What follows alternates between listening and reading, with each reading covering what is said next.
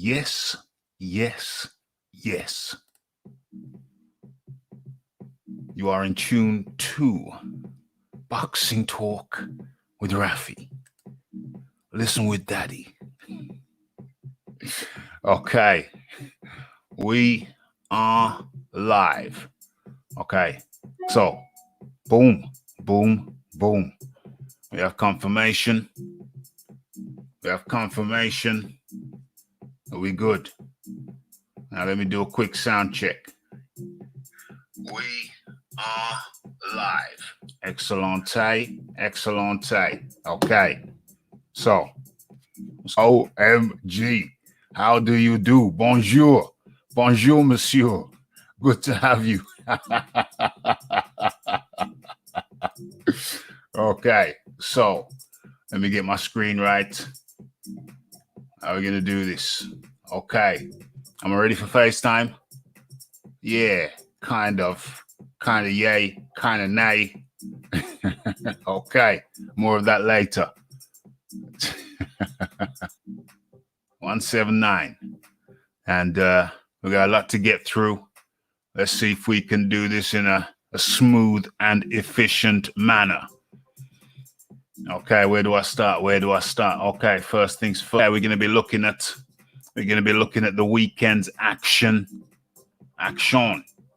And then we're going to be going on to some news.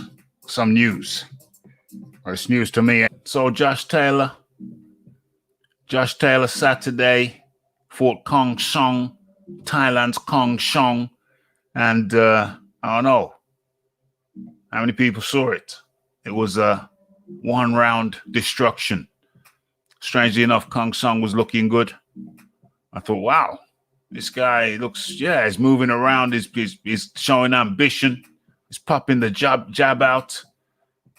And he was looking good. And then Josh Taylor decided to turn it on. Said, okay, let's have a tear up then. You've come to scrap, I've come to scrap. Let's have it. And a couple of seconds after the attitude switch of Josh Taylor, boom. Or was it a left hook? To the abdomen, the side of Thailand's Kong Song, and that's all she wrote. Kong Song crumpled to the ground, crumpled like a cheap suit. And it was, oh no, that's terrible. That's absolutely terrible. And now that reminds me that there is an article by, what do you call him? What's his name? It's Bob Arum. Bob Arum had something to say about this situation. So let's see if we can find that real quick. So, Bob Arum, are we still sharing? Yes. Okay, so Bob Arum vows a public war over mandatory mismatches. It's a effing disgrace. Okay, so top-ranked chairman Bob Arum was watching on ESPN Plus on Saturday as the unified junior welterweight titleist Josh Taylor smoked obscure mandatory challenger Kong Song in the first round at the BT studio, Your Call, London. Okay, and to say that Arum was disgusted with what transpired would have been an understatement. The fight was Arum's first as Taylor's promoter since signing him in January, because it had been delayed due to the coronavirus pandemic. It was hardly worth the wait. It's a disgrace. It's a disgrace, Arum told Raphael Dawkins Combat Radio moments after the bout in a classic tirade. Arum was disgusted that Taylor was forced by the IBF to fight Kong Song, or he would have been stripped of one of his 140-pound belts. While Taylor, 17-0, 13 KOs, 29 of Scotland, has unified 2 belts and beaten the likes of Regis Prograis, Ivan Branchik, Ryan Martin, Victor Postal, and Miguel Vasquez. The resume of Kong Song, 16-1, 13 KOs, 24 of Thailand, was devoid of even a recognizable journeyman opponent. I'm not taking any grief. I will wage a public battle. I'm not going to allow a business that I've been in the boxing business for over 50 years to be destroyed by these organizations. Aaron said, livid, that Kong Song had been forced upon Taylor. Okay, so I don't think he's singing Sweet Caroline there. Okay, so Taylor took Kong Song out with ease in his first fight since unifying his belts against Regis Prograis in October. Okay, it wasn't spectacular. The poor guy a minute later might have gotten killed. The guy was never in with a world-class fighter. The guy never was in with a world-class fighter. Neither has Catterall been in with a world-class fighter. Aaron was referring to British fighter Jack Catterall, who has a light resume, but is the WBO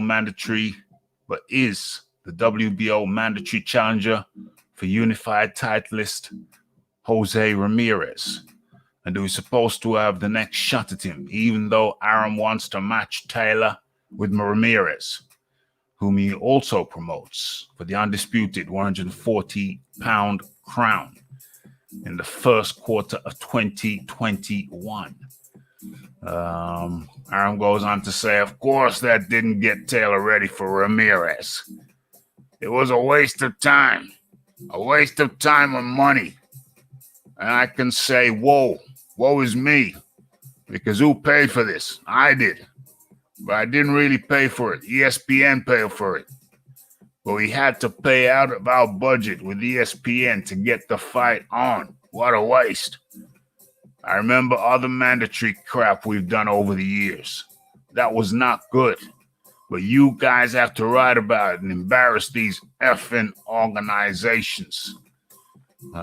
So Aram is not happy. What's going on here? Aram said he would soon speak to the WBO president, Pacquiao Vassell, about the issue, even though the WBO already has mandated that Ramirez must fight Catterall next. Pacquiao is reasonable. We're going to talk about these mandatories are killing the sport. What else we got? Oh, and yeah, Aram always likes to finish off with a little joke at the end.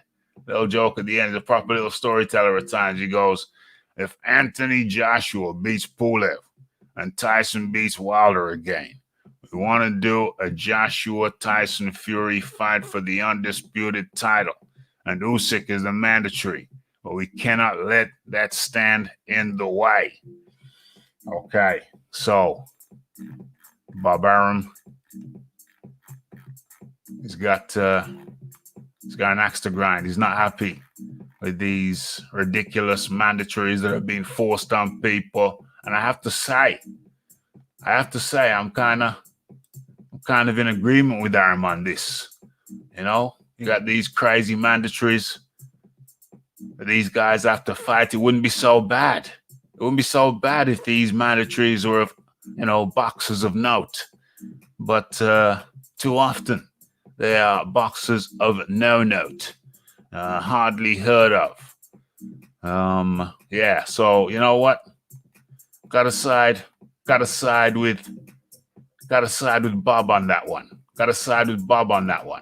It's not in the public interest, not in the boxing public's interest to be having these useless fights.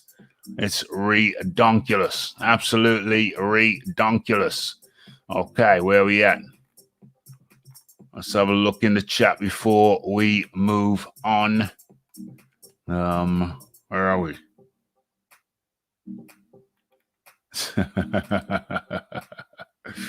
Left hook under the ribs.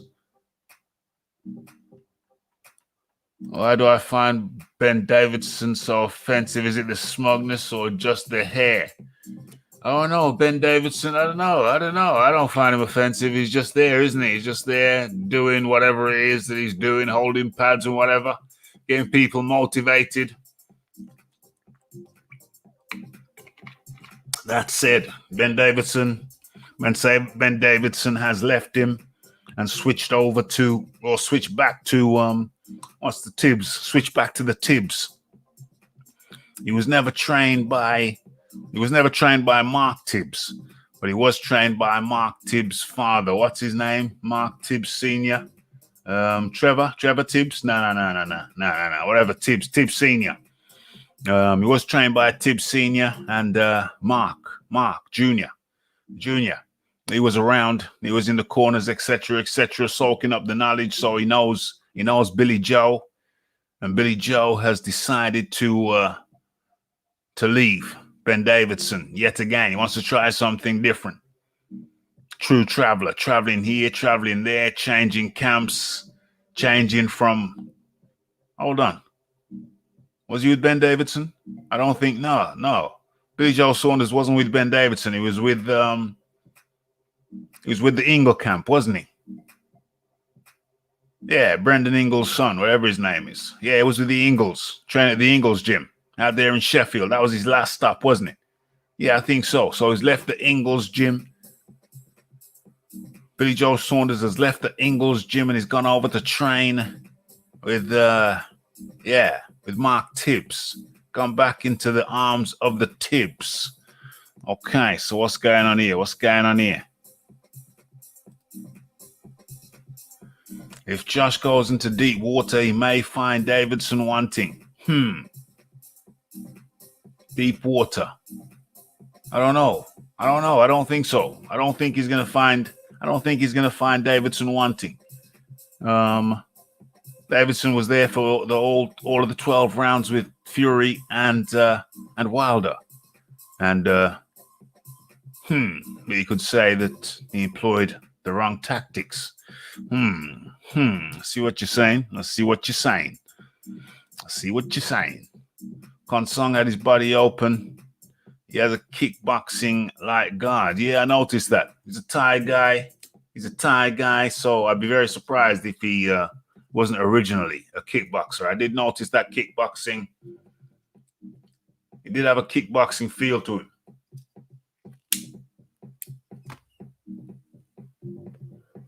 Not that we could really establish that much from 2 minutes? Was it 2 minutes? But yeah, I think he looked like a kickboxer. Just under the floating rib. Boom, boom, boom. Yeah, of course. I had to pull out the Bob arm. Konsong could not walk out of the ring alone. He might have broken some ribs with that punch. Uh-oh. Hope not. Bob Arum is nearly as old as Dino Ortiz. Dino Ortiz. OMG. Okay, so what's happening here? Yep, left himself wide open. Cal L up in the building. Yes.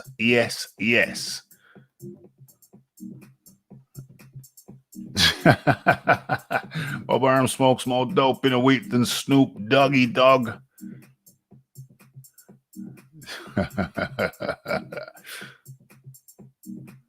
Usyk deserves his chance.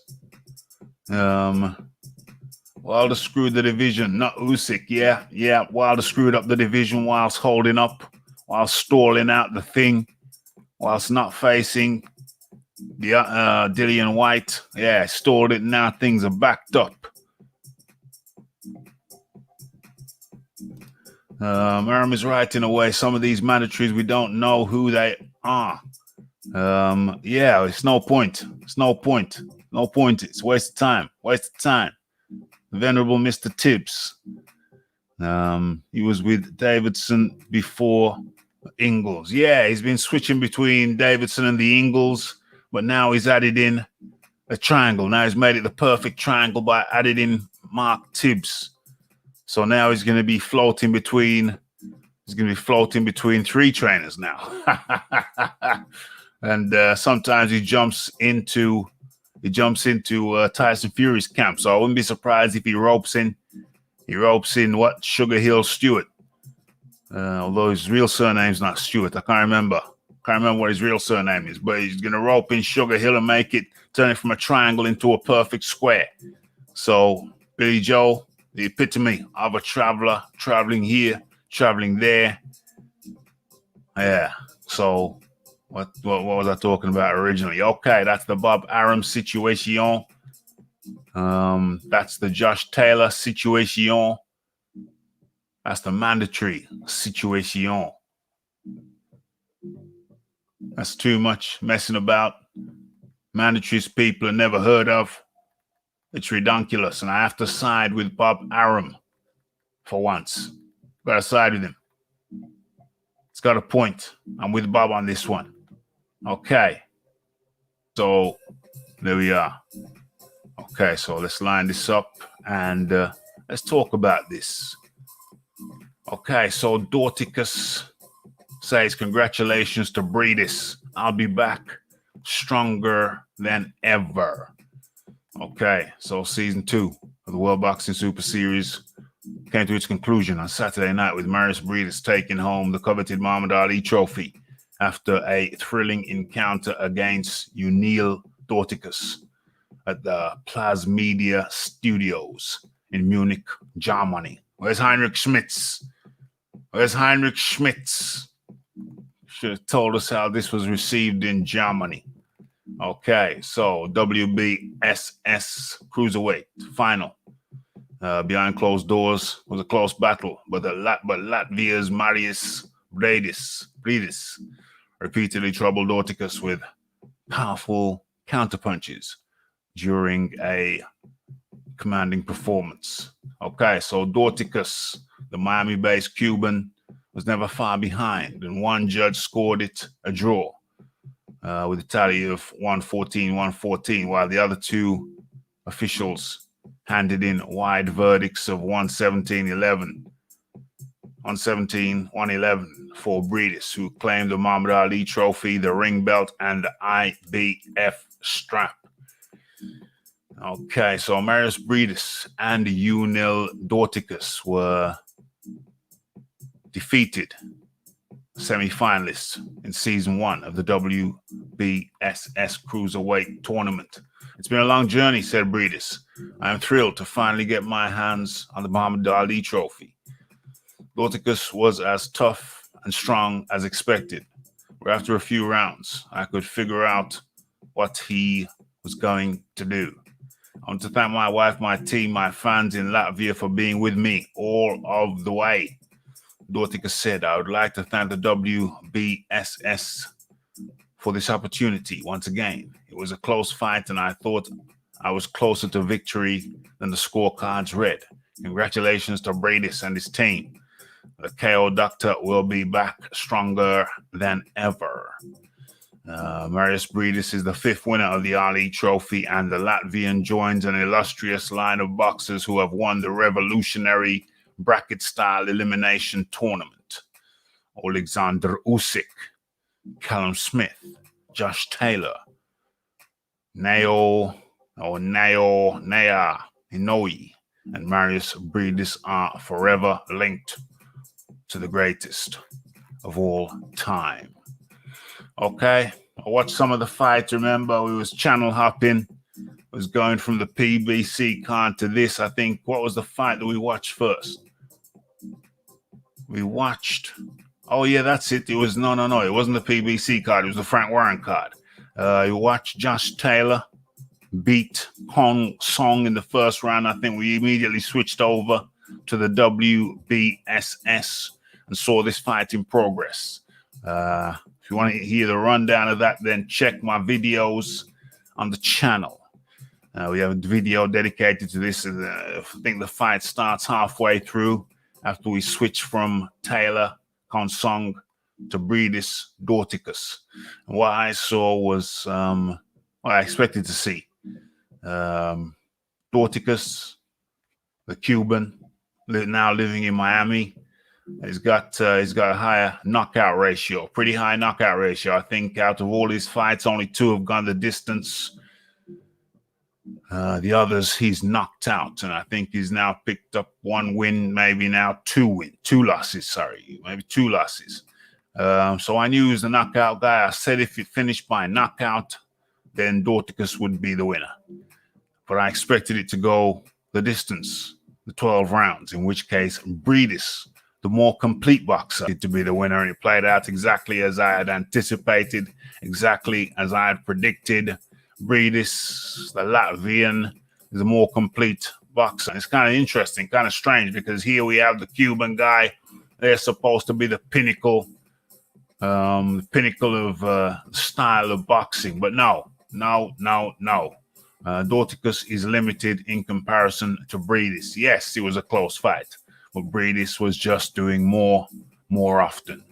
So finished just the way I had expected it to. Okay, so yeah, that's it. Breedis emerges the winner and is now the holder of the Muhammad Ali trophy, the Ring magazine belt. He's a lineal cruiserweight champion, and yeah, of course, a little thing like the IFB belt, the IBF, not the IFB, IBF. Okay, so that is the tale of Dorticus Breedis beating Cuba's Dorticus. Okay, boom, boom, boom, and where are we now? Let me go and have a quick looky in the chat. Chatty patty. Where we at? Where am I going to go next? That looks good.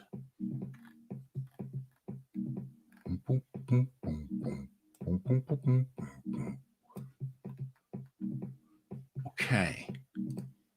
Let's have a look in the chat. See what people are chatting about.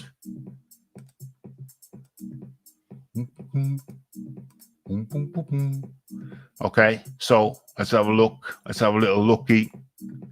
What's going on? Tibbs, the Tibbs are solid trainers. Yes.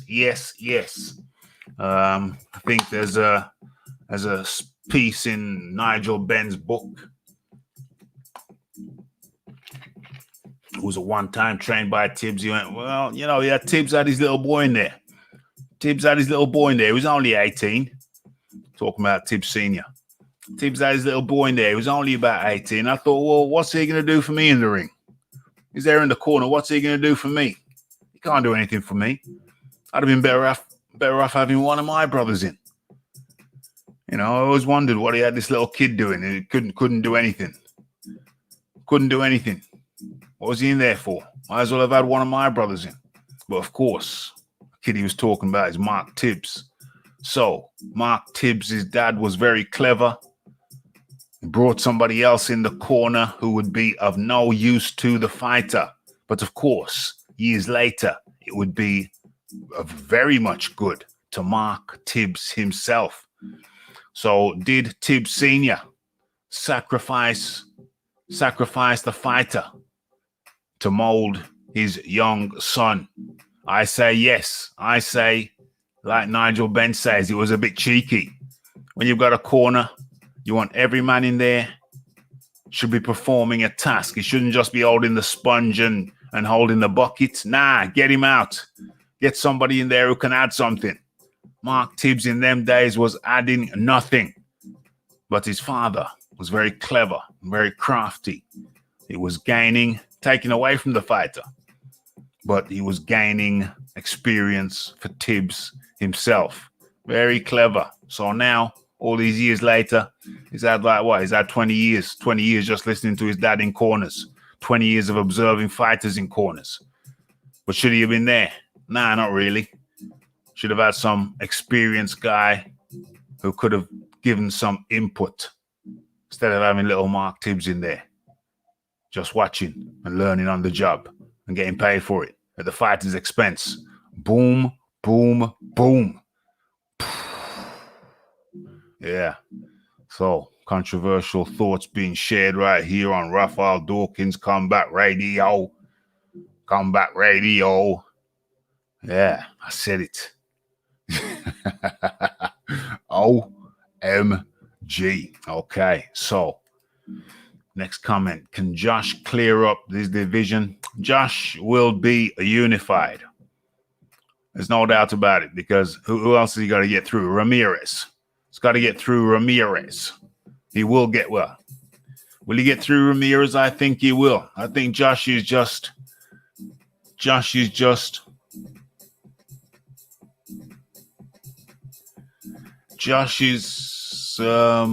to get through Ramirez. Will he get through Ramirez? Yeah, listen, Josh is an evil little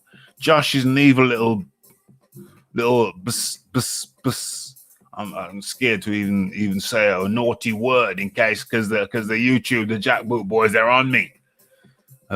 Josh is an evil little so-and-so. He's a vicious little so-and-so. He's like a stout. He just wants to grab little rabbits by the neck and pop them. Trust me, he's a vicious little fella. He's a vicious wee lad. Vicious. I see viciousness in him. And, that's useful. That's useful if you're vicious and you're in this kind of trade and you just want to obliterate your opponent. And I see that in Josh. He's going to be unified. He's got to get through Ramirez. He will get through Ramirez, in my opinion, my humble opinion. I'll put some money on that. Blighter is a vicious little blighter. Uncle Burnt apostrophe up in the building. Okay, people who are just tuning in, you are in tune to Boxing Talk with Rafi on Raphael Dawkins Combat Radio. Okay, so smash that like button, hit that subscribe button, and hit that share button. Okay, so let's continue. Josh called out Ramirez. If the fight happens, winner will be undisputed. Absolutement. Absolutement. I hate Breedis' style, but he's pretty damn good. He's very good. Yeah, I would put money on him. I told everybody he was going to win by points. I told you how he'd win. I told you who would win and the manner of the victory. I was very, very confident in that. Very confident in that. Yes, indeed. I think he will do it. I'm very confident in that also. I think Josh will become unified 100%. There's no doubt in my mind. Breedis has recently talked about the possibility of moving up, but it's pretty busy up there. Best keep his ass down in the cruiserweights. There's a lot of things to be worked out right about now. It's about time to be moving up to heavyweight. There's a log jam caused by Deontay Wilder ducking Dillian White. Yeah. Anyway. Okay. Yeah, learning the trade on somebody else's dollar. Tip Senior was in charge of the corner. One singer, one song. Ben didn't do bad. Ben only spent a portion of his time with Tips. If you remember, Ben moved around a bit. He did move around a bit. Yeah, little blighter. Vicious little blighter. He'll do it. And Josh has bad intentions. You need that in boxing. Absolutely. Absolutely do. Absolutement. Yes. Okay, so where are we? We're moving on nicely. It's a nice pace. Remember, we're not here for a long time. We're here for a good time. Okay, let's blast through this. That's a nice picture, I must say. Jamal Charlo and Derevyanchenko. Okay, let's go. Okay, so what are we looking at here? Mohegan Sun, Connecticut, WBC middleweight champion Jamal Charlo, 31-0 and 22 KOs. Picked up the most significant win of his career with a 12-round unanimous decision win over the ultra game Sergey Derevyanchenko. Okay, and Let me just leave it on that picture there because I've just realized. Hold on, what the hell's going on? What the hell is going on? Can somebody please tell me what is going on? Okay, I just realized. I just realized I should have something I should have done. So I should have shared this. I should have shared this shiznix. I should have shared this shiznix out. Should have shared my own shizzle and fertilized the earth. I forgot to do it, bro. You know, better late than never. Let me just drop this. Boom. Let me just share this real quick and real smooth like. Okay, let's get this out. Copy that.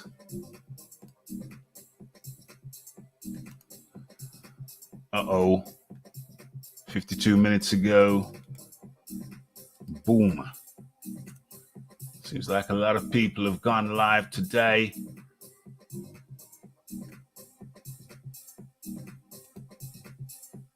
Oh, shizzle. Shizzle my nizzle. Okay. That was 52 minutes ago. Where we at? Where we at? Where we at?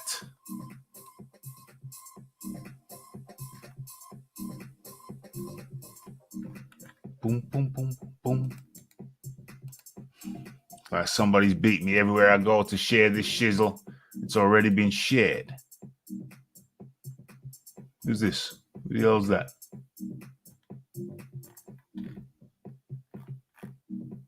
Huh. Okay. Share that nonetheless. Boom.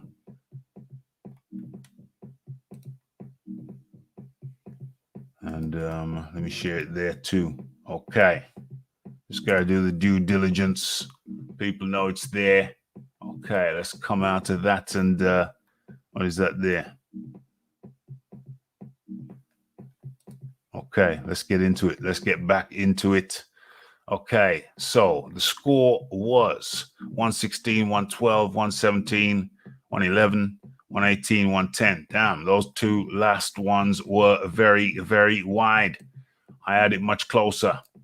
At the time, I was watching it about 3 a.m. 3 a.m. in the morning, UK, Sunday morning, 3 a.m. And I don't know. I just saw it way closer than it seems everybody else. I don't know. Was it because he was that late? Or was I just more tuned in? I don't know. I haven't watched the replay. I'm going to have to watch the replay. But I saw it like 2-3 points separating them. But that does not seem to be the general consensus. The general consensus is that Charlo beat this guy by a handy margin. That's not what I saw, or that's not how I perceived it. I thought it was a damn close fight. I thought the Charlo won, but yeah, Derevyanchenko's face was busting up, and now he's talking about dropping down a division, dropping down from middleweight to super welterweight. So maybe everybody else is right and the referee's wrong, but I thought it was close. I haven't watched the replay. I'm going to have to go and watch the replay. But I did think it was a close fight, even though Derevyanchenko was getting battered. I thought he was landing more. I don't know. I thought Derevyanchenko was landing more shots. Charlo landing less shots, but the harder shots. That's how I saw it. It's going to be interesting to see your observations. Okay, so Charlo was working the jab at the start of the first. For most of the round, it was Charlo's jab doing most of the work. The second round was closer, with both having their moments. I was saying, okay, so it looks like this is the fight in pictorial mode.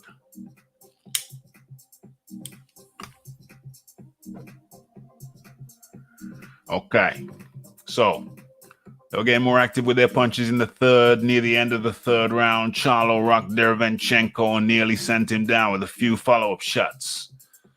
They were trading punches at the start of the fourth. They were both throwing a lot of shots, with Charlo being the more accurate. Okay. Cut open around the right eye of Derevyanchenko in the 5th. He began throwing a lot of punches in that round with both hands. Derevyanchenko was doing well at the start of the 6th, was really taking the fight to Charlo with punches to the head and body. Charlo was battling back with the action breaking out. See, this is what I'm saying. This is what I'm saying. So why the wide margins? I don't really understand. Yes. Charlo battered the face of Derevyanchenko. But nonetheless, I still saw it as a close fight. Trading continued in the 7th with Charlo landing the harder punches. Derevyanchenko's face was really falling apart, but he was still very much in the fight. Derevyanchenko came roaring back in the 8th round with his body work. He was also doubling up on his punches to the head of Charlo. At the end of the round, Charlo once again rocked Derevyanchenko. So that was in the 8th round. But all of the work had been done by Derevyanchenko. Yeah, Charlo came back. I gave Charlo the round because he rocked Derevyanchenko. But that pretty much epitomizes the fight. Derevyanchenko doing the most of the work, with Charlo with the heavier shots. You be the judge. Okay, so yeah, Charlo with the jab started the 9th. He was boxing and connecting with big punches when Derevyanchenko would come inside. Both of Derevyanchenko's eyes were swelling up at this point. Both were throwing hard shots. At the start of the 10th, Derevyanchenko was making things close near the end. You see what I'm saying? Talking about making things close at the end. So why the wide margins? Why the wide scoring margins by 2 of the judges? I don't get it.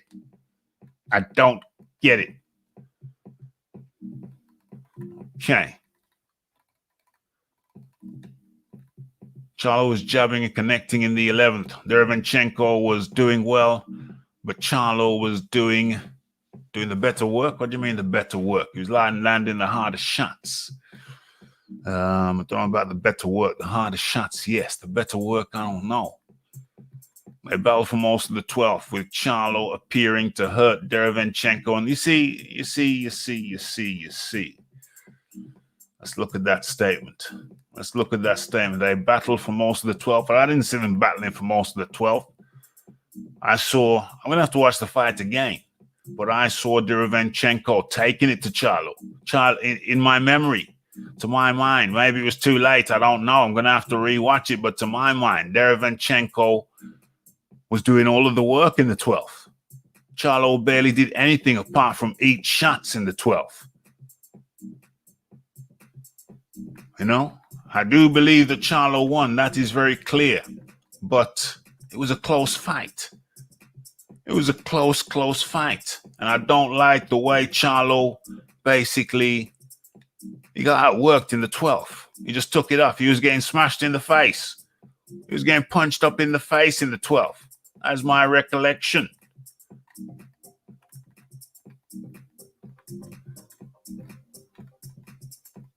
But yeah, he did turn Derevyanchenko's face into hamburger meat. He did do that.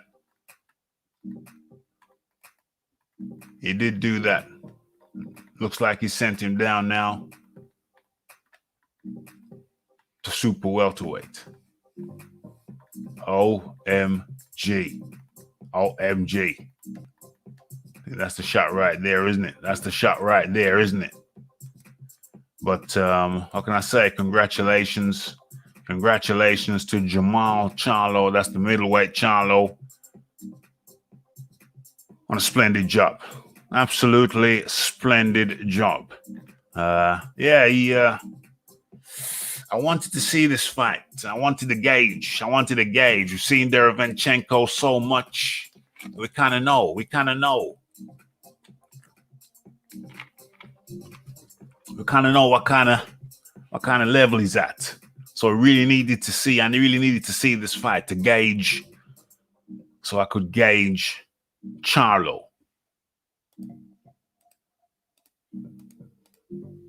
And what did it say to me about Charlo? Says to me that he is better. He's better than I had realized. Yeah, he's good. He's good. He's solid. But my problem with Charlo is a problem that I have with the certain power punchers. He's a power puncher. Excuse me. Hold on. Let me just put my legs up here. I need to elevate my legs. I need to get comfortable. Okay. So I don't think this is going to last very long. I'm in the squeaky chair. I just realized I'm in the squeaky chair, but it's a more comfortable chair. But anyway, yeah, the thing with Charlo is that, we need to see him against somebody like a Derevyanchenko, somebody who's been tried, tested, and somebody we've seen look like he beat. Some people say he beat Jacobs. Looked like he beat Triple G. And Charlo beat him. Charlo beat him fair and square. But that also gave me some insights. I think Charlo is a little bit stiff. I would like to see more fluidity. I would like to see more feints, and I would like to see more power variation. I would like to see power variation in the jab. Looks like he was focusing on stiff jabs the whole way, but no. I think a little soft jab, a little shimmy, and boom, sets up the right nicely. Not necessarily the power jab, or a little tapping jab. It'd be nice if he mixed up his jabs, mixed up the power ratio, mixed up the power output on his jab, and I think that would serve him well. Come in with a little double jab, where the hard one is the second one. Yeah, mix it up. Keep it varied. Keep the opponent guessing. And the footwork. I saw him going back a lot against Derevyanchenko. I would have liked to have seen him press the action. I would have liked to have seen him go forward sometimes. I would like to see him go forward, turn a corner, then boom. You know, little double jab, light one, heavy one, then boom. Yeah, light one, then heavy one. Oh, it's just light. His jabs ain't that hard. Then boom. More variation. It's a little bit too linear. It's a little bit too straight line. Seems a little bit too stiff. I know. There are power boxers, power punchers. Some power punchers do have that stiffness to them, a little bit rigid. But I'd like to see him lighter on the toes. I would like to see him vary the power in the jab. You know, alter the power. Soft first jab, hard second jab. Double it up. Go downstairs a little bit more. Although he did go downstairs. Yeah, but overall, what am I saying about Jermell Charlo? I was impressed by it. I was impressed. So well done to Jermell Charlo. Jermell. Where's the mute button here? Where's the mute?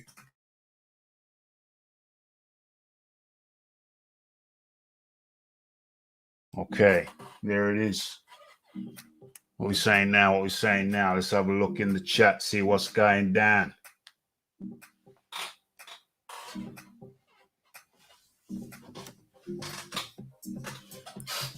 Okay. All right, let's see what's happening.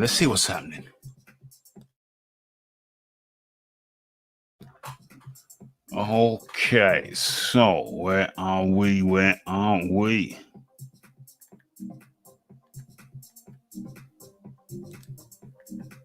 Okay, one on the second Charlo, correct at 10-1. Receipts left in the live stream. Excellente. Okay.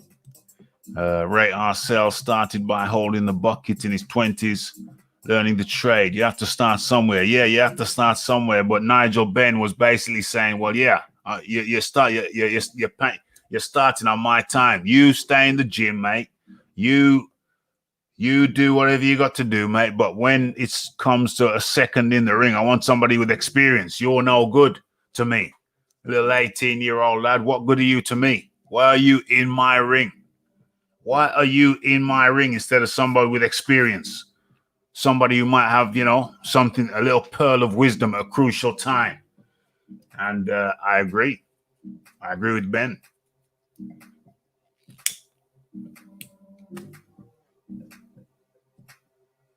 Should have had somebody experienced in there. Yeah, it's good. Worked out well for Mark.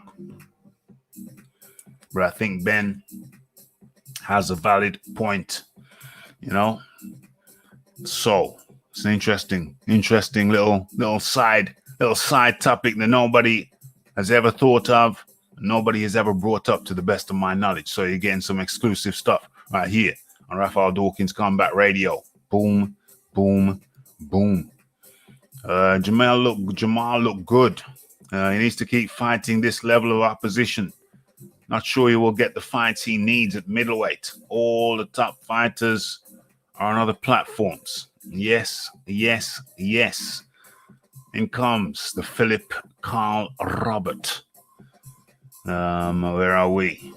I agree with your take, Rafi. I actually had Derevyanchenko winning 7-5 on those grounds, but can't argue with the swing going Charlo's way, as I see it. Yeah, I mean, I think it was a lot closer fight than people are saying. Like I said, I'm going to have to rewatch the fight, but what I saw was a very tight fight. Very tight fight.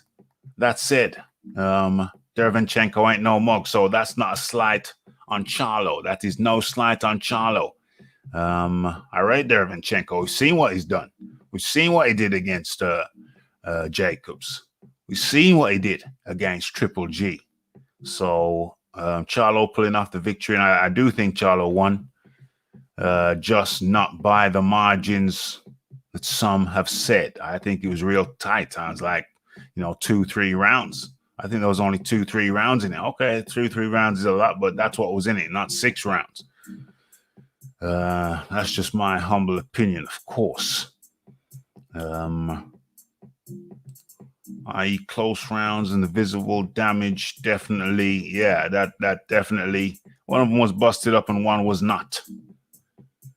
There was a massive difference in size between both Charlo. Both Charlo must have rehydrated to light heavy. Yes. And in comes the man like Iron Kong. Iron Kong, how do you do? Hey, Rafi, how you doing, man? Good evening. You hear me? Yeah, man, I hear you loud and clear, bro. Hear you loud and clear. Hey. It's good of you to jump on. So we're talking about the Jermell Charlo versus Derevyanchenko. I had it real close. I had Charlo winning, but I had it very, very close, closer than most are saying. Yeah, I watched the fight today. I didn't get a chance to watch it live. I used my unscrupulous means to watch the fight again today.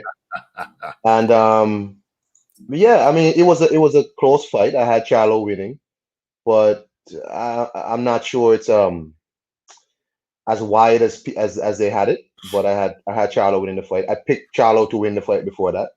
Mm-hmm. I knew Charlo would be bad for Derevyanchenko because Sergey takes a lot of punishment. Mm.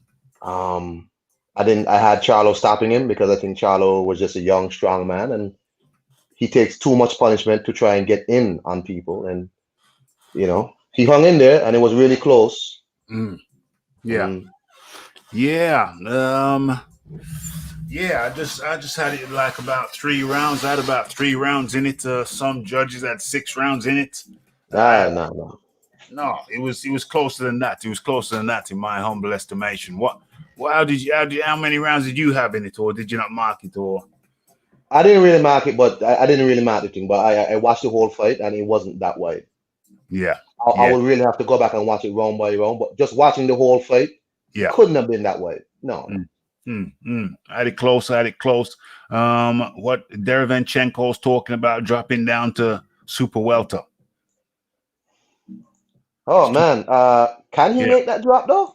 Well, that's what he's talking about. He's talking about it clearly. He feels that maybe Charlo was so big to him that he thought, forget this. I'm going back down. I guess he figures he's fighting people who could fight super middleweight, and they're cutting down to 160. Yeah. So he's like, man, what's the point? Let me just cut down to 154 and fight down there. Hey, I understand. Yeah. Charlo is saying he's not moving from 160. I'm not sure what else he does at once. I did a stream on it earlier, but Sergey going to 154, not a bad plan. 154 doesn't have any killers down there. 154 doesn't have any one guy who is unbeatable down there. So yeah, why not? Yeah. So that's the landscape. Jermell Charlo, middleweight WBC middleweight champion. They're talking about Canelo as being the biggest. Well, it ain't no cherry, but it's the biggest option down there. Yeah. Well, if you believe Oscar, Oscar had said before that they did offer Charlo to fight, and he said no. Right? Before that, he said no. So if you believe Oscar, he's already had that opportunity and turned it down. But maybe he feels he's worth more now after beating Sergey. I'm not sure how much more he's worth after that. But I mean, it's a fight I'll watch. But who knows when Canelo is going to start fighting again? Because Canelo is in his debacle with DAZN and Golden Boy. Yeah. So who knows? So he turned down that fight with Andrade. Remember? Yeah, Andrade. Yeah. I have no idea why he turned that fight down. Maybe because he feels he wouldn't be able to hit Andrade. That's the problem. I told people before that Andrade will win the fight because he can make the fight really negative.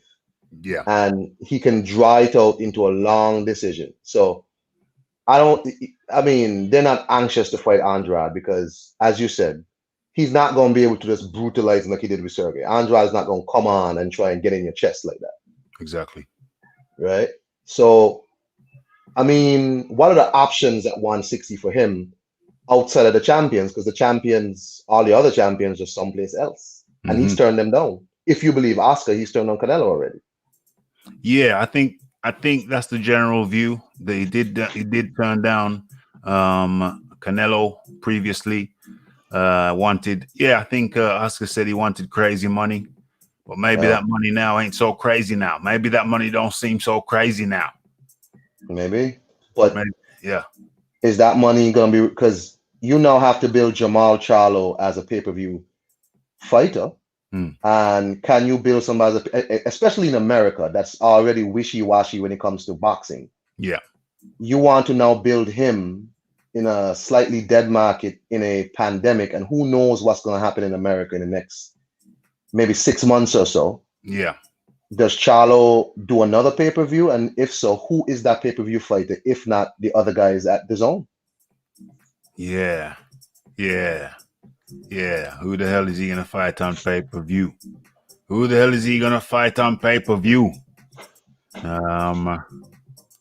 What is this? We got Glenn Avery in the building. Okay, excellent. Right. So, how do you do? Everybody hit that like button, smash that subscribe button, and hit that bell icon to stay updated with news and notifications. Okay, so Jermell Charlo not got many options. Looks like if he wants to be a pay-per-view, he's got to be looking at crossing the road. He has to. Remember, Eddie Hearn had said that he was willing to, if they can match the offer, he'll send Andre to Showtime to fight Charlo. And I was like, just take the fight. Like, what's the problem? I don't understand. Yeah. Well, we're gonna see. It's gonna be very interesting in the next few months, because I think I saw an interview. Yeah, I did. I know I saw an interview in the post-fight interview when Jamal Charlo said, yeah, I want to stay pay-per-view.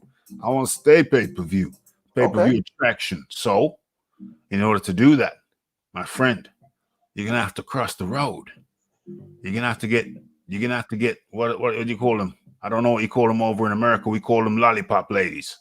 You're gonna have to get a lollipop lady because they have this long stick, metal pole with a big round thing on it. So they call them lollipop ladies with the fluorescent coats so they can be visible. So it looks like Jamal Charlo is gonna have to get the services of a lollipop lady to help him across the road. Hey, there you go. Over to the zone. Man, I'm saying, like today, I was going to the 160 division. There is absolutely no one else other than champions that anyone cares about, right? Yeah. Canelo is not likely to come back down to 160 anytime soon. He has a belt at 160, which he's not defending anymore, right? And they're not going to strip him of that belt. The WBA is not going to strip him of that belt. So I think it was Unbiased was on the stream, and he said he suggested Eubank Jr. I said Eubank Jr. versus Andre makes more sense because Andre's promoter is a UK promoter. Yeah.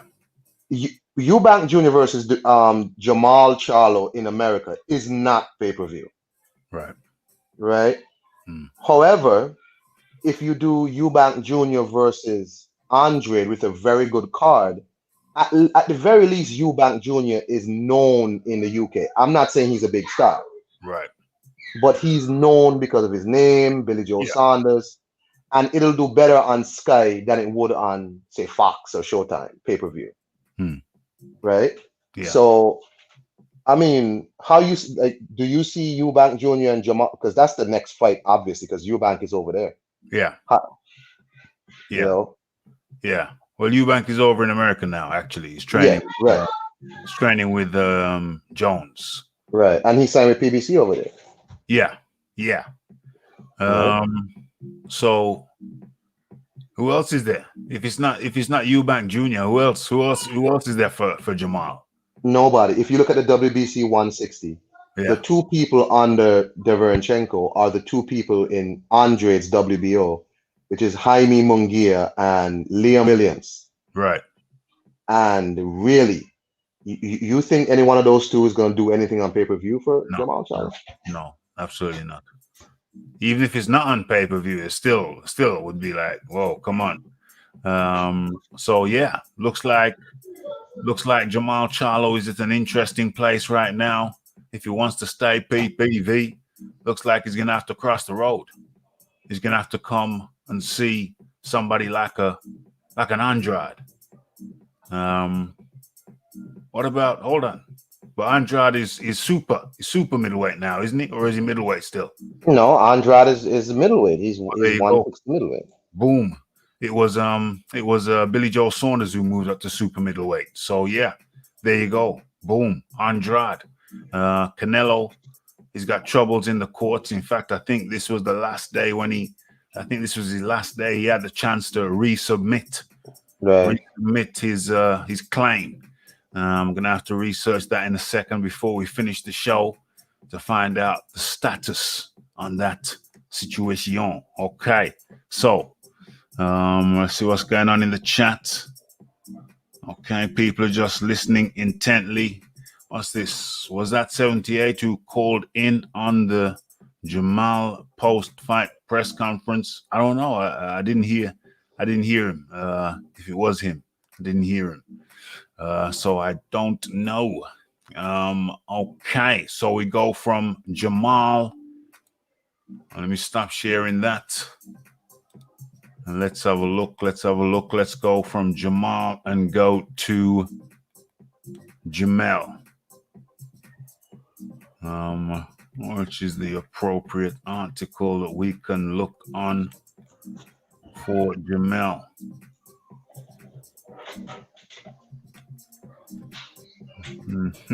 Okay, there's a few of them. But they're talking about Jason Rosario more so than Jamel. I want to focus on Jamel. Okay. Yeah, this looks good. This looks good. This looks good. Okay, let's share that. What is this here? Boom, boom, boom. Okay, so that should be up on your screen. Okay, I see it. Good visibility on that. Let's get it up just a little bit more. And okay, let's have a look at this article. Okay, so Jamel Charlo drills Rosario with a body shot jab for a KO. Yeah, I saw the body shot jab. It looked like a standard jab, but the way Rosario reacted, it was like, whoa! I thought dude was gonna die. I'm not joking. I thought the dude was gonna die. He seemed to go into spasms, convulsions on the ground, to a jab to the body. But people don't seem to be taking into account that he'd been dropped 2 times before, so he was already in trouble.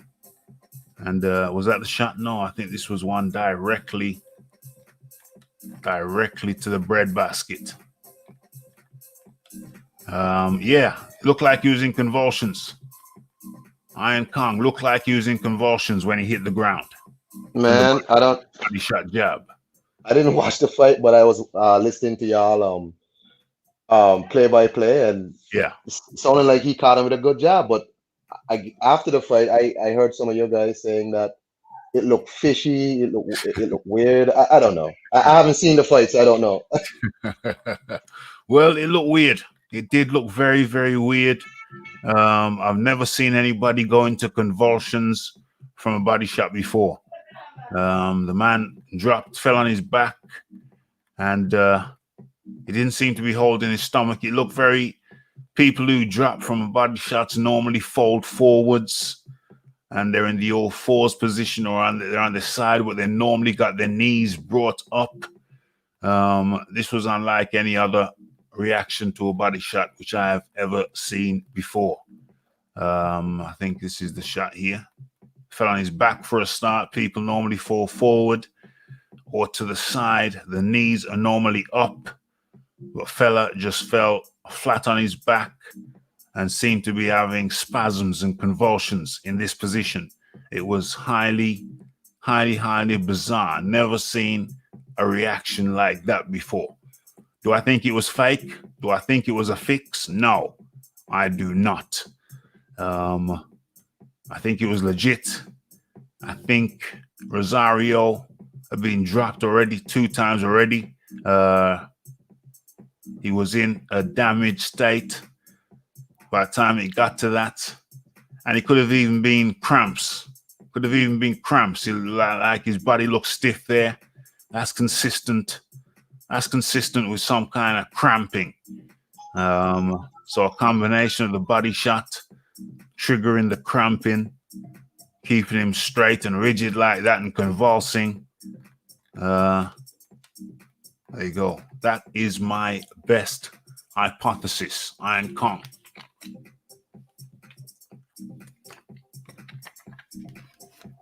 Okay. So I think Iron Kong is just doing something there. So Jamel in the ring, Jamal outside of it. Both of them world champions, both of them retaining their world championship, plural, and Jamel in the ring gaining another belt to add to his collection. I think that was the IFB. Was that the IFB? IBF, sorry. I think that could have been IBF. I think he got the WBA and the IBF. Oh, okay. Oh, it was 2. Oh, yeah, because Rosario. Yeah. That's right. Who beat Hurd. Yeah, that's right. So it's WBO and the IBF. Okay, dang. No, he got WBA, not the WBO, the WBA and the IBF. Okay, so both brothers there celebrating. Yeah. So it was a good day. What do I think of Jamel's performance? You know what? By that time, I'd gone through the intermission. Now, even people in America had struggled with the 35-minute, 40-minute intermission between the bouts, not the bouts, between the first half and the second half. They had it split in two cards. The first card featured top of the bill, Jamal Charlo, middleweight, and the second half, we had to wait 20, 30, 35, 40 minutes for the second half. Now, that was rough for the people in the USA, but by that time, it was something like about 3 a.m. in the UK. And, you know, the referee was finding it hard to keep his eyes open. So that's certainly a fight I'm going to have to watch again. I did watch the fight. I did call the fight, but I'm going to have to watch it again. I'm sure I missed a lot of the subtleties, but there's no doubt who won that fight. It was Jamel Charlo. He dropped Rosario 2 times before he finished him. I think he dropped him in the first round. I'm pretty sure he dropped him in the first round. So yeah, all credit to Jamel Charlo. Both Charlos, I think that they did themselves proud. They did themselves proud on the weekend. Clearly, Jamel Charlo's win was more emphatic, and so he walks away justifiably being top of the bill. Yeah, he brought more excitement than Jamal did. That has to be said. What else is there to say about it? He's victorious. Oh yeah, well there is something to say, because now there's only one belt outstanding. Iron Kong. He's unified, and he's only one belt from being undisputed. That's right. So I think the next move for Jamel is to throw an offer to Patrick Teixeira at Golden Boy and give him the opportunity to fight for undisputed. Patrick Teixeira has a WBO belt. He's not doing nothing at Golden Boy. He's not doing no big numbers over there. What else is he going to do with the belt? So make a nice offer, because it's not going to be super expensive, because everybody knows the situation. Teixeira isn't doing nothing. He's not no big fighter nowhere. He has a belt. He has Jaime Munguia's old belt, right? Yeah. So give him an opportunity to fight for undisputed. I don't think Jamel should take a step back at all. He's on a nice roll. I don't think Teixeira is no big threat to him. And he can become 4-belt undisputed. That's just my opinion. I don't see the need for him at all to go fight someone else or roll the dice with someone else. Just go all the way. Next fight, 4-belt undisputed. Well, I think Teixeira has a mandatory. Teixeira has a mandatory in the form of Castano. Coming up on the screen now, I think. Okay, so Castano, Brian Carlos Castano. So look at some of the stats here. Age 31, 5'7". 16-0-1. Okay, so that looks like Teixeira's mandatory. I don't know if it's set yet. I don't know if it's just being spoken of. I don't know if it's official, but Castano seems to be the one standing between Teixeira. Let me get out of that. Go back one. Standing between Teixeira and, or rather, Jamel Charlo and Teixeira. Teixeira 31, 1-0. Should be on your screens any second now. Yeah, so that's the one. He's got the WBO super welterweight, junior medal, super welterweight. Yeah, super welterweight or junior middleweight, however you want to call it. He's the one who's got that WBO strap the only one currently eluding Jermell Charlo. So that's the fight. That's the fight I want to see. Now, like I said, there's Castano. I don't know if he's the official mandatory. I don't know if they're enforcing that. I don't know if it's been official yet, but he is the man who seems to be in the way. Castano standing in between Charlo and Teixeira. And then the question is, who does Teixeira want? Because he might just go ahead and fight Castano, get another paycheck before he goes in with Jermell. So looks like Jermell's just one fight away. Might have to take a fight. If Teixeira fights Castano, then looks like Jermell have to take another fight, and then all being well, it will be Jermell Charlo versus the winner of Teixeira versus Castano. Yeah, we're gonna have to wait and see how that plays out. I am calm.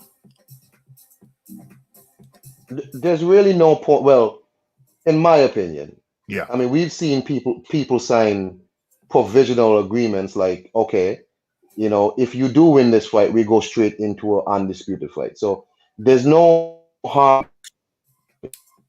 in reaching out to his team. No, I don't know.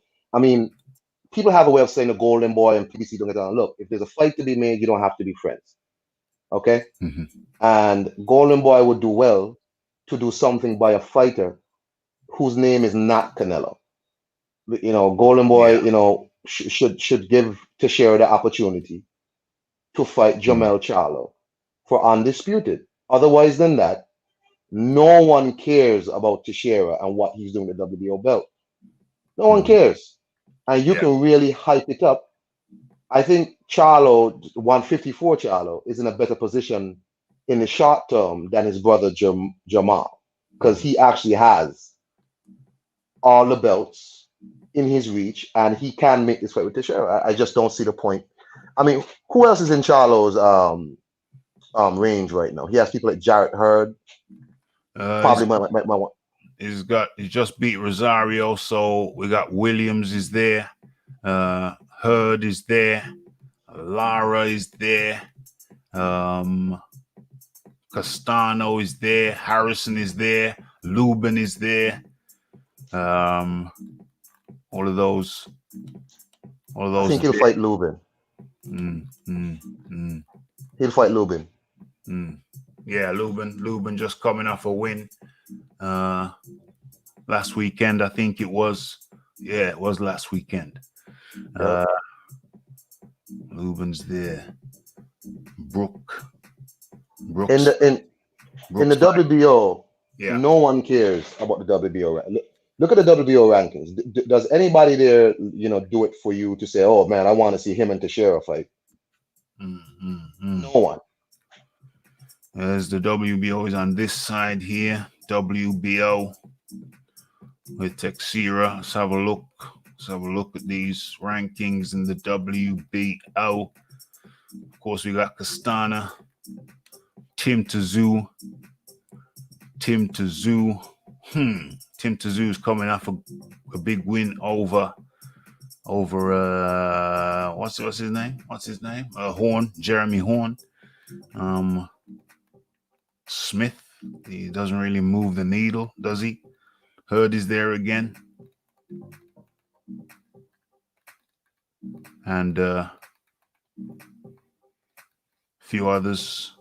Brook, Garcia, Brook, Inoue, Fowler. There's a lot of guys there, but how many really move the needle? Nobody. That all of those fights will be undercard fights for a bigger fight. So yeah. So you reckon it's Lubin? It'll be Lubin against Jermell, but I think they should still send a something provisional to say if we both win our next fights, if we can't make the fight happen next, we should fight for undisputed. That's my opinion. That would be great. That would be great. That would be great. Okay, let's go over to the chat. What's going on? What's going on? What's going on?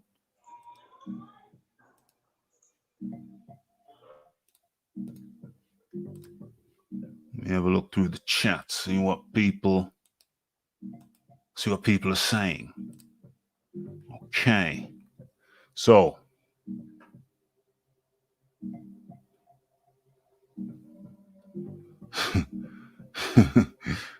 what's going on here? What's going on? Having a conversation about bare knuckle boxing. Bare knuckle, oh, they're talking about bare knuckle boxing. Okay. Ain't too good for the skin. Look like Paulie Malignaggi. Looked like he had his hair cut by Edward Scissorhands.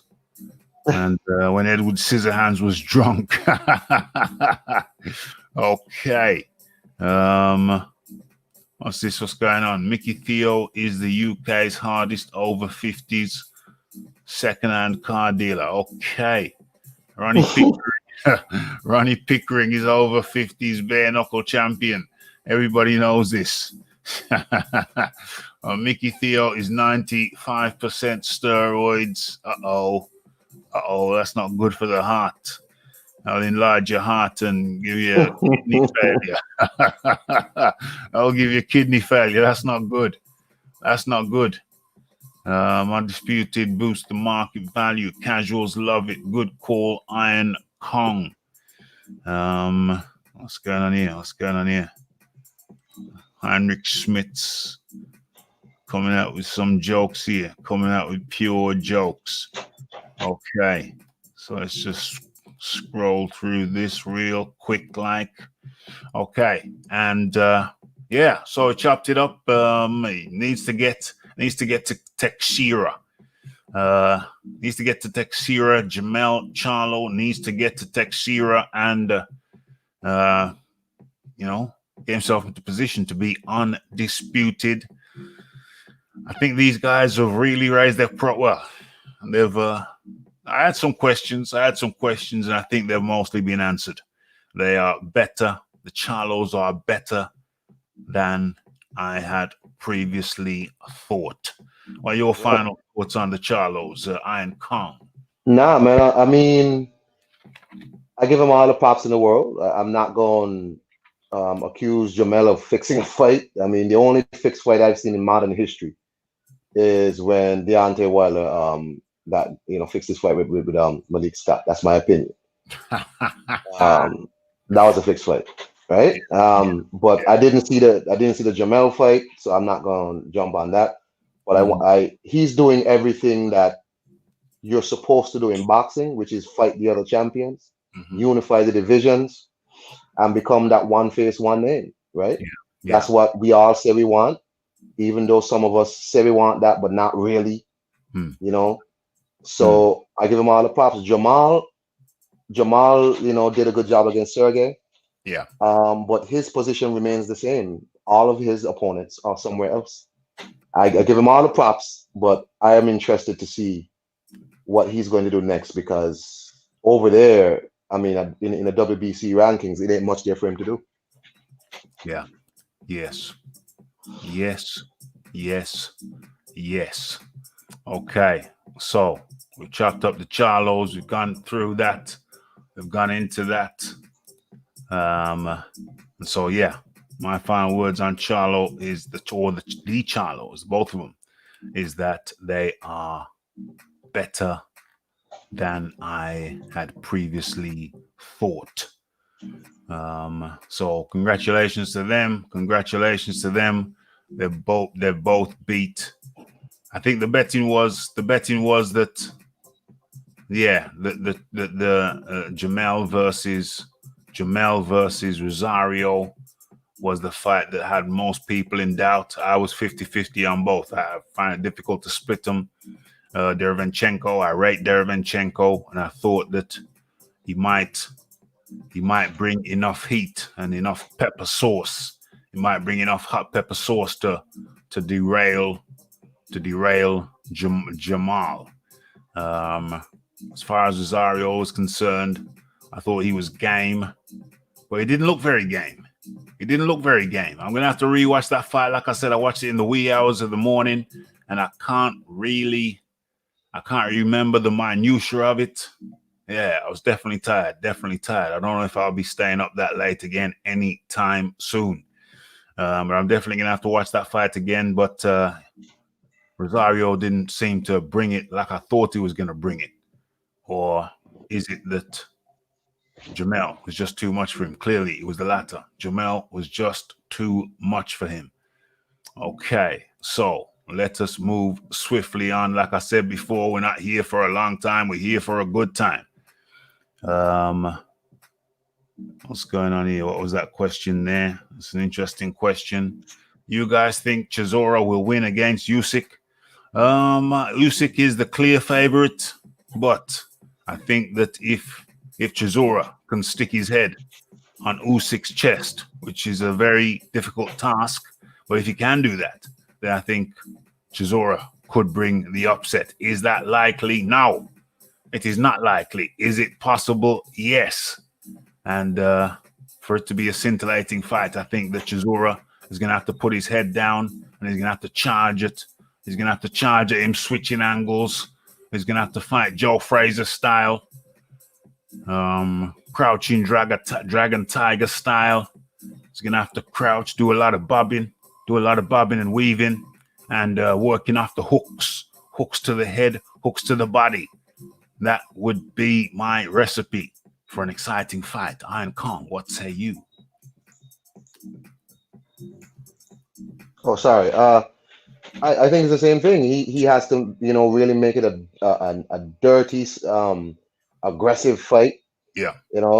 He has to make it like really uncomfortable for Usyk, but for that, he's gonna have to cut that ring off, and he, as you said, try and get your head in his chest and work that man's body. Break down his movement. We'll see if Chisora can do that, but we'll see which Chisora has a way of being a completely different fighter sometimes. Like one time he's really amped up, and the other time he's really uninspired. But since he's been with David Haye, he's been looking good, right? Yeah. So, but if he's not amped up for this fight, then he's not amped up for any fight. You know what I'm saying? So he has to make it a really high energy, real aggressive fight. He has to. Yes. Absolutement. Okay, so let me line this up. Is this our last topic? This could be our last topic. Let me line this. Oh, who is this? B. Cortez. I don't recognize any B. Cortez. I don't know if I know any B. Cortez. Who is B. Cortez? B. Hello. Bruh.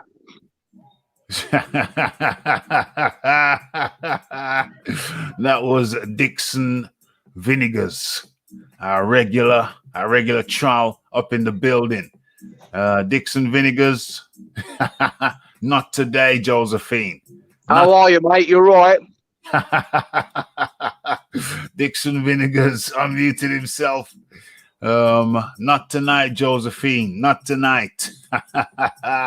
Well, good to hear from you, Dixon Vinegars. Just go in the chat and play. Go in the chat and play. Okay, so let me line. What's this in the chat here? Philip Khan Roberts says no. Oh, smash that like button, folks. Not here for a long time. We're here for a good time. Smash that like button, hit that subscribe button, and hit that share button. Hit all of the good buttons. Okay, and I almost forgot. I gotta give it up to the James Jameson.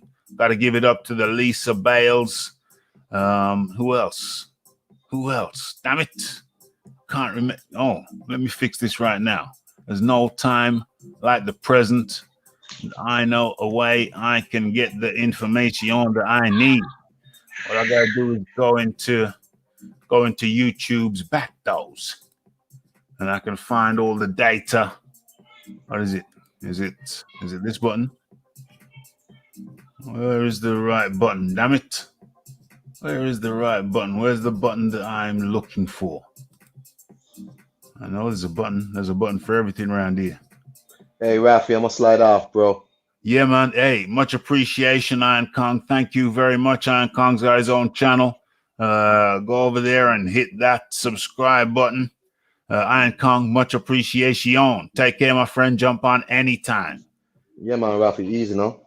Blessed. Okay, so much thanks to Iron Kong for jumping on.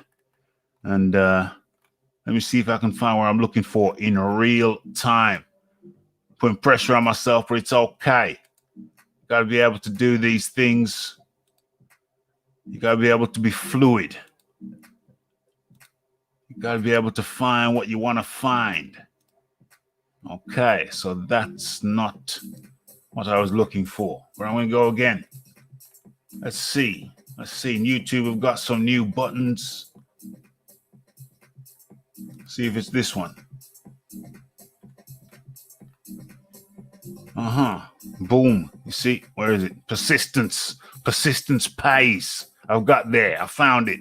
Okay, so got to give a shout out to the people who contributed to the PPV over the weekend, and we're looking at the James Jameson. Much appreciation.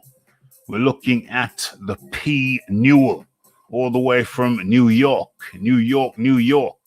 We're looking at the Freddie Mars, and we are looking at the Lisa Bales. So all those people contributed and enabled me to purchase the PPV, the double header on Fight TV UK. So much appreciation goes out to those ladies and gentlemen who we call super chat dominators, who help us to do these things. Okay, so let's get on to our final topic. Let's come out of that. Why am I still in there? Let's come out of that totally. Leave. What are we sharing? Are we sharing anything? No. Let's share what we're sharing. Hit that like button, hit that subscribe button, hit that share button. Boom, boom, boom. Okay, I think you're seeing it. Hold on a second. I'm still in the conversation about the Usyk thing. Philip Carl Roberts says, no, Usyk will have too much movement for Chisora. Yeah, that's why he's the favorite. But if Chisora, Nick wants to make a fight out of it, wants to optimize his chances, I say he's got to go in. He's got to make it as rough as possible. He's got to try and get in on the chest of Usyk. Is that probable? No. Is it possible? Yes. So we have to wait and see. We have to wait and see the tactics adopted by Chisora. Let's see. Ruben Guerrero up in the building says Usyk's been sparring Vlad when he was active and School Joyce in the WSB. Yes. Chisora looks bad against movers and southpaws. Yeah. I guess that's why they got him in there. Because they're expecting him to look bad. But we know what he needs to do. James Anderson says Usyk will stop Chisora between the 9th and 12th round. Very likely. Very, very likely. But we know what Chisora needs to do. Chisora is also open to lefts on occasion. Hay and White picked up on that and KO'd him. Dame. Dixon Siders for president of the moon. Well, I think I've heard they've just found water on one of the planets. So, it might be viable, might be very viable. Opinion on David Price, big pricey. Well, big pricey, he beat Tyson, he beat your boy Tyson Fury in the amateurs. Did you know that?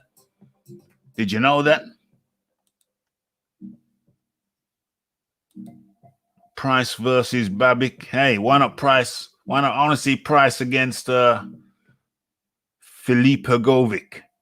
Oh, by the way, ladies and gentlemen, I have a special announcement. You know, I launched a campaign over here on Raphael Dawkins Combat Radio to get in the way and to stop Filip Hrgovic versus Anjay Pala. That was the fight that Filip Hrgovic was supposed to have this weekend, gone. But due to the campaign, I like to think it was due to the campaign launched over here, Raphael Dawkins Combat Radio, lambasting the fact that Hrgovic was going to be fighting a guy who had been retired for 6 years and whose last fight was 6 years ago against none other than David Price. It's my pleasure to announce to you that the campaign was successful. I'm tripping up over my words. I don't know if you've noticed, but the campaign was successful, and Filip Hrgovic did not fight Anjay Pala over the weekend. Fought some other guy, fought some other no-hoper, whose name escapes me, but victory belongs to the Raphael Dawkins Combat Radio. We were successful in stopping the debacle, which would have been Filip Hrgovic versus Anjay Pala. That fight did not occur. I swapped him out. So we were successful. Yes, yes, yes. Big pats on the back. Okay.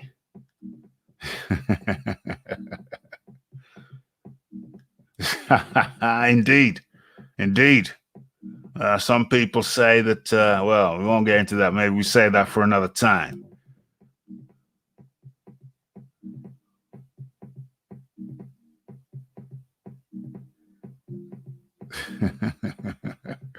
Yes. Okay. My personal opinion on Yoker, I agree. I think he's one of the best prospects coming up right about now.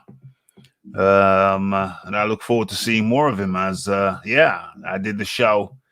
I think I was one of the few people to cover that fight live, where we got to see. Well, I got to see, you got to hear. Well, you got to see as well, because I shared some of that shiznix up on the screen. We got to see Tony Yoka destroy the durable Johan Duapas, his fellow Frenchman, in one round. So we got to see that. I did that live. Anybody who has not heard, watch the fight, then by all means, go over to that video after this show or whenever you so see fit. And check out that live commentary on the fight, which I did over here at Raphael Dawkins Combat Radio. Okay. Where are we here? What we got here? Hrgovic versus Price. OMG. What have you got against Price? Well, let's see it. There's some synchronicity there. There's some symbiotic or symbiotic or whatever. There's some simpatico with the situation, bearing in mind that Hrgovic was going to fight Anjay Pala, who hadn't fought since 6 years ago, and his last fight was a 3-round knockout at the hands of David Price. So if Hrgovic was happy to fight one of Price's leftovers who hadn't fought since, then why not fight Price himself? They're two long guys. Let's see him. Let's see it. Why not? Chisora fought Price, 6 months ago? Yeah, let's have it, mate. Let's have it. The bronze. You think the bronze bomber? The bronze plumber is gonna shy away from Hrgovic? Let's have it, mate. Let's have it. Let's do it.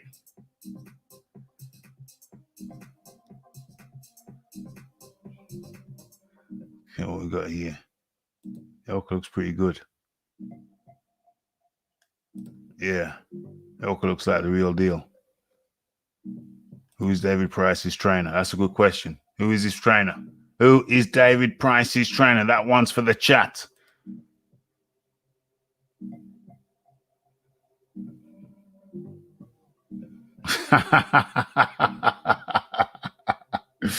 Ruben Guerrero says could see pricey box rings around Helgovic. OMG. Oh gosh. Price is a good boxer, but Helgovic will land and it will only take one punch, unfortunately. Listen, I say Pricey catches him with the right uppercut. You heard it here first. Pricey takes out Helgovic with the right uppercut. OMG. Yeah, Pete, y'all must have forgot. Y'all must have forgot. Have you not seen, did you not see the destruction of the White Rhino, of the White Rhino's soul at the hands of the Bronze Plumber? Eh? No, I think your people are underestimating the Bronze Plumber. Where's Waldo? Where's Waldo's in Florida with the new strength trainer? He's with a new strength trainer.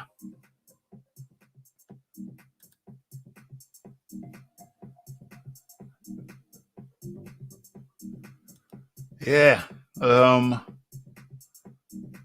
Yeah. Pricey beat Fury in the amateurs. Beat Fury in the amateurs. I'm surprised they never, some people say that Fury didn't want it. Fury didn't want it again with Pricey. The length. Some people say that Fury's scared of the length of Pricey. You know what I'm saying? I wouldn't go that far, but hey, you'd have thought that Fury would have wanted to avenge his defeat at the hands of Price in the amateurs, but apparently not.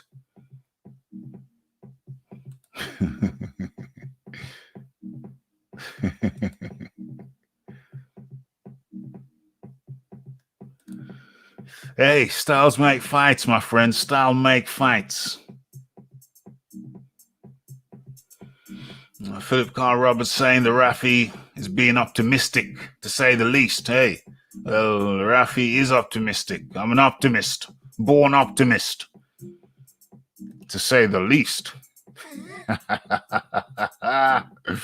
Okay, so, and when her was saying Alan was 2 fights away from a world title fight, OMG. Okay, so remember I told you we're here for a good time, not for a long time. Hit that like button, hit that subscribe button, and hit that bell icon to stay updated with news and notifications. And if you want to go the extra mile, hit that share button. Okay, any good button you can see, smash it. Right, so let's get into, oh damn, it's already there. It's already there up on the screen. Let's get on to this one. This probably gonna be the last topic of the day, of the night, well, wherever you are, of the morning. We cover all territories. We're worldwide. Raphael Dawkins Combat Radio is worldwide. I got a big reach. Okay, let's get into the final topic of the day. Okay, so there's been much talk about it. I never paid any attention to it. I thought it was crapola. You like that one? Crapola. Don't even accentuate the A. Just bypass it. Okay, hopefully it messes with the algorithms so the YouTube jackboots won't come for me. They won't come for me. Okay, so Conor McGregor versus Manny Pacquiao. The Filipino confirms fight against the UFC superstar in the Middle East. Okay, so Manny Pacquiao has confirmed he will fight Conor McGregor in the Middle East. And this is from The Independent, ladies and gentlemen. The Independent. Okay, it's not no little red top. It's from a respected publication. I thought it was nonsense. I heard the whispers around the water cooler I heard whispers and mutterings that Pacquiao was going to fight McGregor. And I did not really take it seriously. But damn, I've seen it in multiple places now, multiple sources. The Manny Pacquiao has confirmed he will fight Conor McGregor in the Middle East next year. Okay. The UFC superstar was supposedly retired from fighting after vowing to walk away from the octagon for a third time in 4 years, but the 32-year-old created a buzz on Friday by revealing a mega fight against the legendary Filipino Manny Pacquiao. Okay, so what is this? Okay, we don't really need none of that. Read none of that. We read some of this though. This is pertinent. This is pertinent to the situation. Okay, for the sake of all the Filipino, I'm going to do it in the Manny Pacquiao's voice. And put some respect on his name. Let's do this Manny Pacquiao style. Okay. For the sake of all the Filipino COVID-19 victims, Manny Pacquiao will be fighting UFC superstar Conor McGregor next year, said Pacquiao's office. The huge portion of his earnings will proceed to those who are affected nationwide by the pandemic.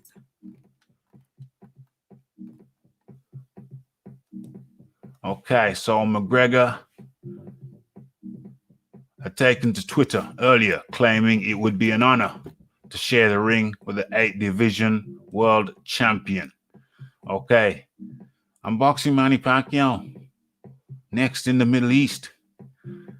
It will be a true honor to have faced two of the greatest boxers of the modern era, said McGregor. Okay, so Pacquiao 41 last fought in July 2019, beating Keith Thurman to take his record to 62 wins and 7 defeats with 2 draws.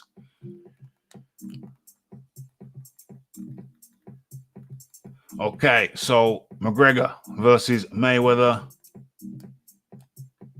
I always have to start at the back and work to the front.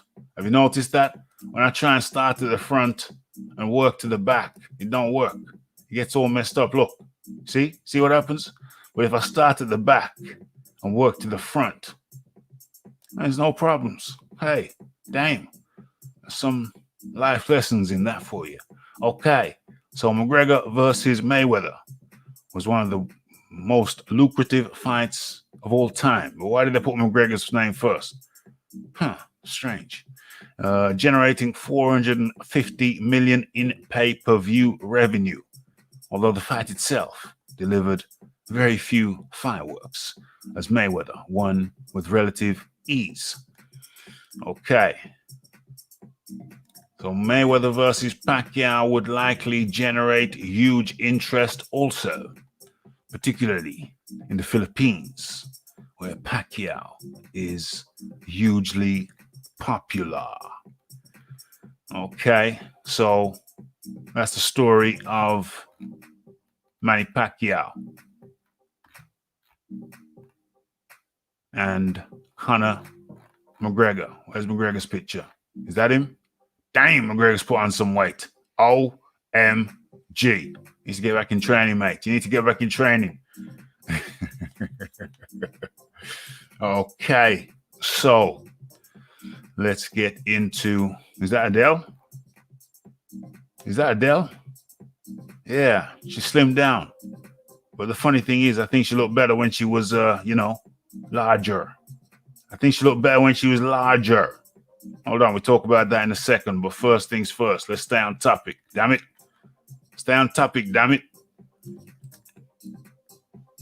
Okay. Where are we now?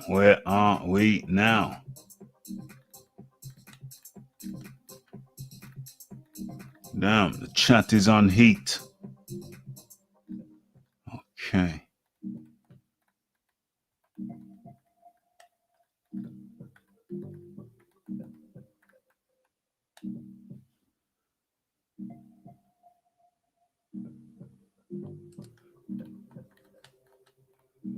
Have a look what's going on. Okay. Chat seems to be in order. Let me drop that down. Okay. Right. So where did Mr. Jones say that? Where's Mr. Jones? Fury KO's OMG. Anything's possible, highly unlikely. I think it's more likely that Joshua KO's Fury. If he goes 12 rounds, then that's Fury's best bet. If he goes 12 rounds, that's Fury's best bet. Deontay Wilder takes his wife's pills to stop him getting pregnant. Bomb squad.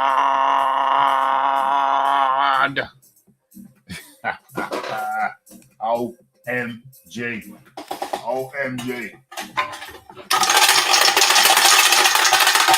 Okay, James Jameson has made the tin ring yet again. Okay, marveloso. Put a bit of color in the chat. That's what we like. For as little as £1 or $1 or €1, you can put a bit of color in that chat. Heinrich Schmitz. Okay, much appreciation, James. Much appreciation. Okay, so where are we in this chat? Okay, so where are we? Heinrich Schmidt says Fury is going to eat Joshua alive at the press conference. Well, that's funny because I've heard that sentiment expressed before, but I think Joshua is going to be coming with some logic. So, logic defeats BS. That's what I say. Logic defeats BS. So, it's going to be interesting for sure. It's going to be very interesting. But which Fury is going to show up for the press conference? Could be a different Fury each time. Let's have a look. Yes. Where are we?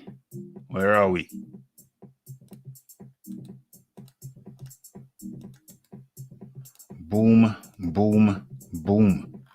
Okay, so Saif Bud up in the building. Yes. Much appreciation.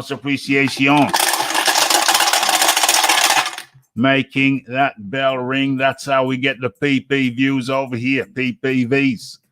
That's how we get the PPVs. Thank you very much, Saif Bud. Link in the chat if you want to pop on for a few minutes before we end the show.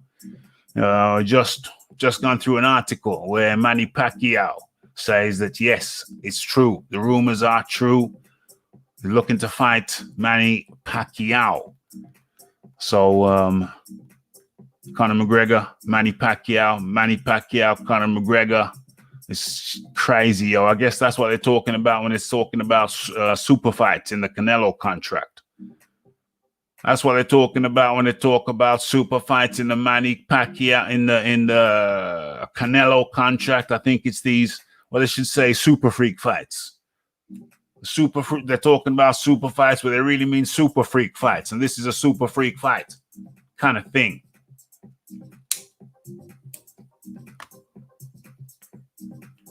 Okay, so let me get into some more of these sentiments uttered in the chat. Philip Carr Roberts says, I will look forward to that. Fury can be funny in press conferences. Wilder is done before Fury starts with the banter. Next time, though, those excuses by the LDBC equals RIP. Heinrich Smith's brutal. He says Wilder will claim that he had the COVID. Uh-oh. What we got? Okay. But AJ doesn't have the reach of Wilder. But says Heinrich Smith. Yeah. So what did Wilder do? What did Wilder do? Well, you mean AJ needs the reach of Wilder to beat him? Is that what you're saying? I beg to differ. I think he needs the focus, the footwork, which he's got. Slip some punches. He needs to dip and slip, boom, kaboom, dip, slip, kaboom, boom. You heard the recipe. Dip, slip, bip, dip, slip, kaboom. Yeah. Dip, slip, and rip. Kaboom. That's the recipe. You heard it here first. Mr. Jones. Mr. Jones, who is Mr. Jones? Mr. Jones is probably Dixon Vinegars.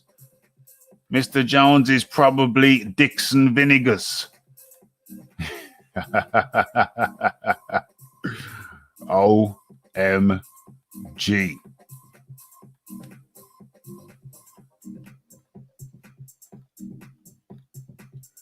Fury will always have the edge as he beat a younger Vlad.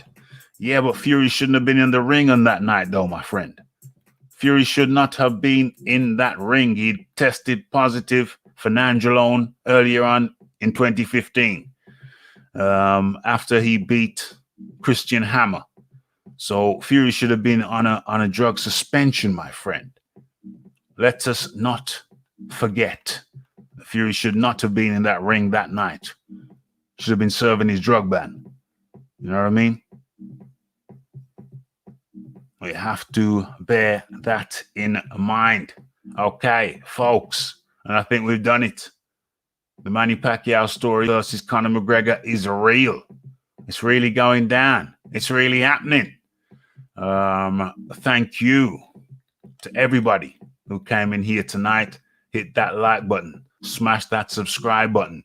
And yeah, what else do I say? Like, subscribe, comment, share, and remember to hit that bell icon to stay updated with news and notifications. And don't forget about follow me on Twitter. And don't forget about the live shows. It's Raphael Dawkins. It's the Combat Radio. It's the like, it's the subscribe, it's the comments, it's the shares. And it's the hitting that bell icon. Didn't I already say that before? I think I've said it all before. So, next live show, if it's not tomorrow, then definitely it will be Wednesday. Ask Rick. Remember, Rick didn't have a strong signal last time out. He was out and about. So we didn't get to speak to Rick last week, but we will get to speak to Rick this week, all being well. Pac-Man versus Hatton. For real. No bargain, no deal. It's the Raphael Dawkins. It's the Combat Radio. And I'm out. Thank you to everybody, the Super Chat dominators, people who are watching it now and in the future. Boom. Blessed.